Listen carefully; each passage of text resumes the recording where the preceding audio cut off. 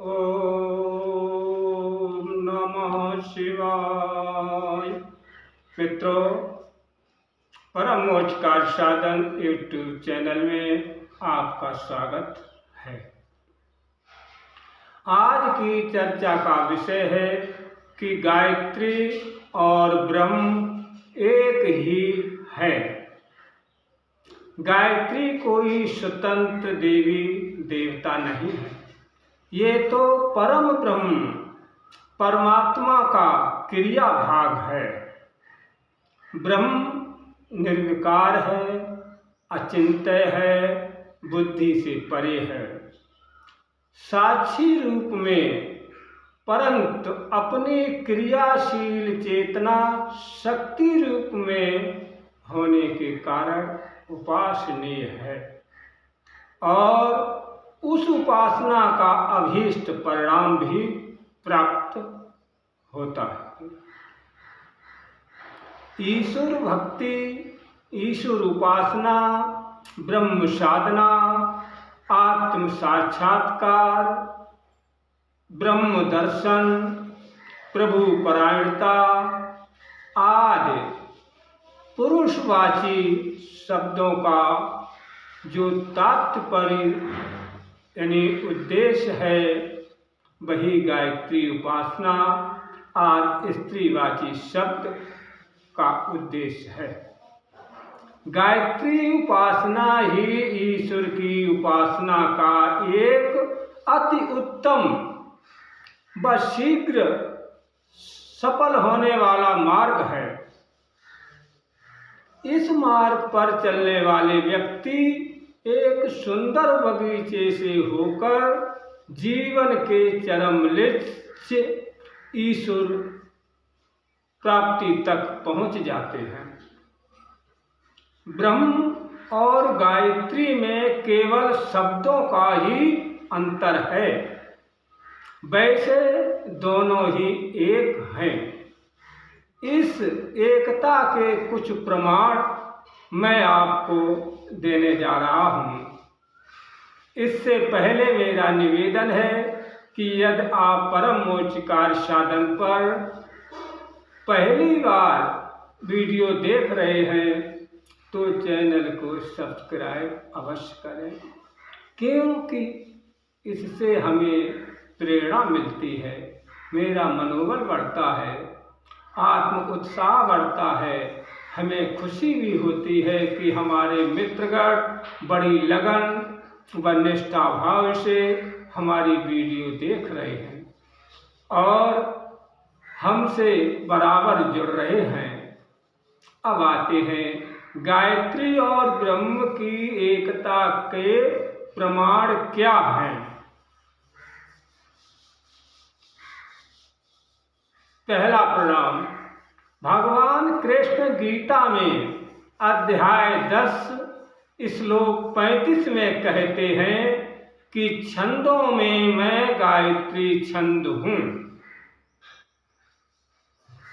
दूसरा, बृहद योगी याज्ञवल्क्य अध्याय 2 श्लोक 66, भूर्भुवस्व में 3 महाव्याहतियाँ 24 अक्षर वाली गायत्री तथा चारों वेद निस्संदेह ओंकार ब्रह्म स्वरूप है। और तीसरा, नरसिंह पूर्व तापनी योपनिषद में अध्याय 4 श्लोक 3 में आता है कि ये समस्त जो कुछ है गायत्री स्वरूप ही है। कूरम पुराण में उत्तर विभाग अध्याय 14 श्लोक 57 में लिखा है कि ओंकार परम ब्रह्म स्वरूप ही और गायत्री भी अविनाशी ब्रह्म है।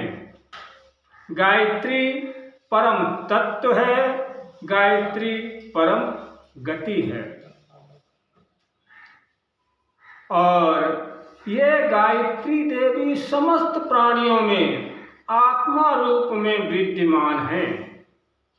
गायत्री मोक्ष का मूल कारण है तथा संदेह रहित मुक्ति का स्थान है। श्रृंगी ऋषि के अनुसार। और सातवां प्रमाण, गायत्री ही दूसरे विष्णु हैं और शंकर जी ही हैं।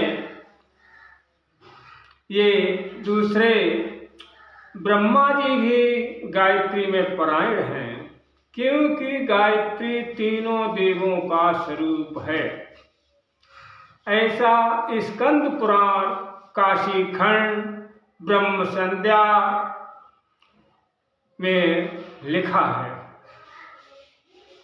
ये विश्व जो कुछ भी है वो समस्त गायत्री में ही है। व्यास जी कहते हैं गायत्री और ब्रह्म में भिन्नता नहीं है। और अगला प्रमाण, गायत्री मोक्ष देने वाली है। परमात्मा स्वरूप ब्रह्म तेज से युक्ति शक्ति है और मंत्रों की अधिष्ठात्री है। देवी भागवत स्कंद 9 अध्याय 2 श्लोक 42 में लिखा है।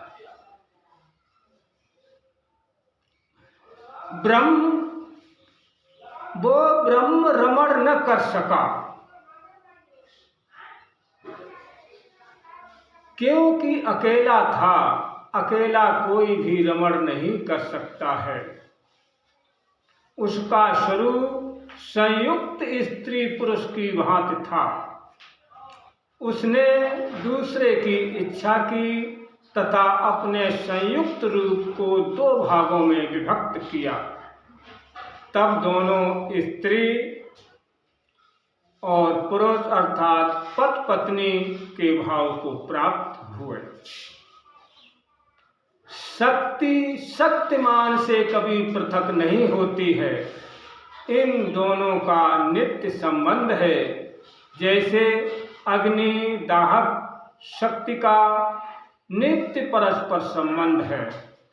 शक्ति दर्शन के अनुसार देवी भागवत पुराण स्कंद के अनुसार शक्ति और शक्तिमान पुरुष का सदा संबंध है। कभी भी भेद नहीं होता है। जो वो है सो मैं हूँ और जो मैं हूँ सो वो है। यदि भेद है तो बुद्धि का भेद और भ्रम है। ब्रह्म प्राप्ति का सबसे उत्तम मार्ग गायत्री है और उसकी आराधना है, उपासना है। अतः गायत्री और ब्रह्म के बारे में दी गई जानकारी आपको पसंद आई होगी और अच्छी भी लगी होगी।